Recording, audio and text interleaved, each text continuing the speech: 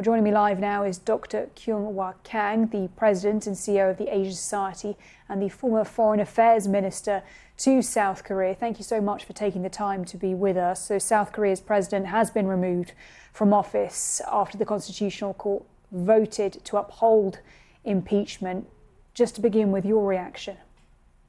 Well, a huge sense of relief. Thank you for having me. I think I joined the majority of the public here in sensing this huge relief after 4 months of frustration, anger, and even fear that the National Assembly's impeachment decision might be not confirmed by the Constitutional Court. That it was unanimous, that the judges had such a clear analysis of all 5 cases against him as written out was just a huge sense of relief, I have to say. And Minister, of course, the country has been really polarized by this. How do you think it recovers and heals and moves forward? Do you think everyone in South Korea will accept this verdict? Well, certainly the pro-Yoon camp have determined to continue the protest.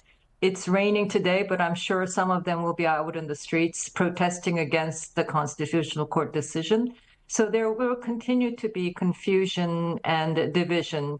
And we know that the political campaign season towards the presidential election in 60 days will be divisive. But I do hope that in the midst of this crisis, thoughtful leaders have recognized that this gladiatorial politics, I think sometimes called, cannot be sustained.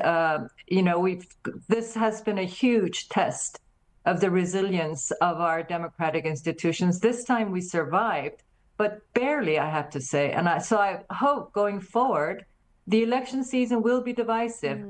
Candidates will pitch their messages in a way that tries to put the other side down. But through this process, I hope that we get a new leader who sees how frail our democracy is and puts on a course of strengthening that democracy, bringing the country together. The one fault of the outgoing president, now deposed president, was that he was not a leader for the whole of the country.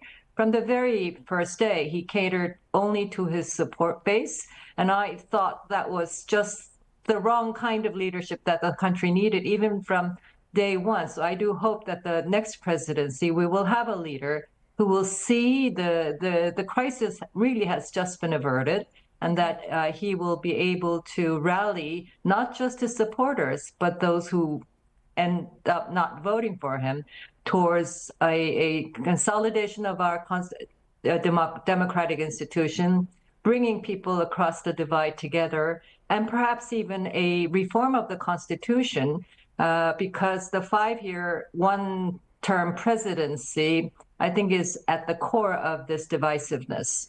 And I just wonder, amid all of this political turmoil that the country has been facing, what kind of issues do you think the new leader will need to urgently confront? Because, for example, if the world is talking right now about the prospect of a trade war, President Trump has imposed 25% tariffs on cars and steel for South Korea. That must have been a serious blow.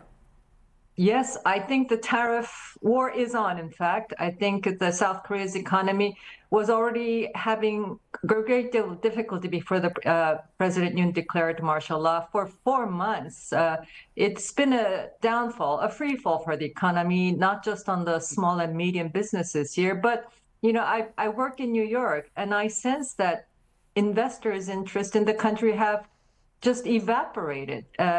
There's very little foreign direct investments coming into the country, and I think investors are just waiting to see how the political situation stabilizes. So internal economically, foreign direct investment wise, the economy, I think, is the one big area where the political campaigning messages has to get things right, and the new leadership coming on board will have to get things right.